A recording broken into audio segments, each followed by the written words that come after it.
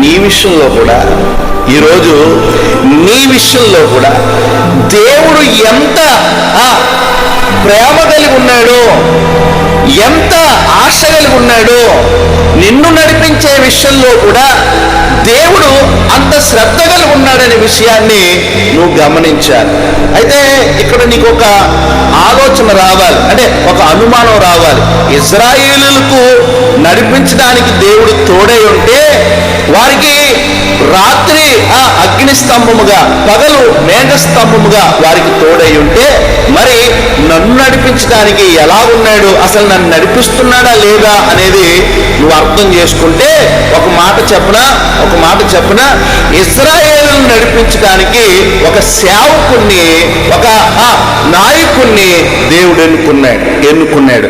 ఆ మోషే, ఆ సేవకుడైన ఆ మోషే, ఆ ప్రవక్త అయిన ఆ మోషే, ఆ నాయకుడైన ఆ మోషే ఇశ్రాయేలును నడిపించటంలో చూడండి ఎంత ప్రయాసపడ్డాడో, ఎంత ప్రయత్నం చేశాడో, ఎంత ప్రార్థన చేశాడో, ఎంతగా దేవుణ్ణి బ్రతిమలాడాడో మీ అందరికీ బాగా తెలుసు.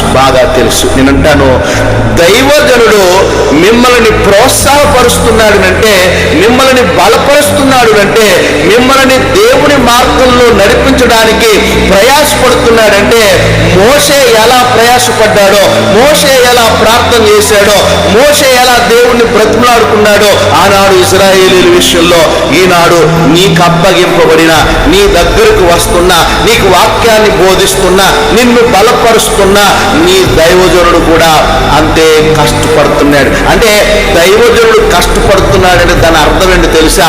దైవజనుడికి ఆ భారం పెట్టింది దేవుడు. దైవజనుడికి ఆ భారం పెట్టింది దేవుడు. మోషేకి ఆ భారం పెట్టింది దేవుడు. మోషేని పిలిచి ఆ బాధ్యత అప్పగించింది దేవుడు.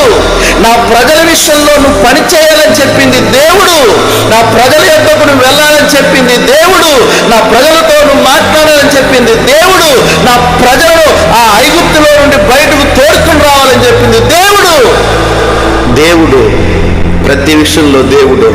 ఈరోజు నీ దగ్గరికి సేవకుడు వస్తున్నాడు, నీకు వాక్యం బోధిస్తున్నాడు, నీవు చేసిన పొరపాట్లను గద్దిస్తున్నాడు, నీవు వెళ్ళవలసిన మార్గాన్ని చూపిస్తున్నాడు, నీ కొరకు ప్రయాసపడుతున్నాడు, నీ కొరకు కన్నీరు కాస్తున్నాడు, నీ కొరకు ప్రయత్నం చేస్తున్నాడు అంటే వీటన్నిటికీ కారణం దేవుడు.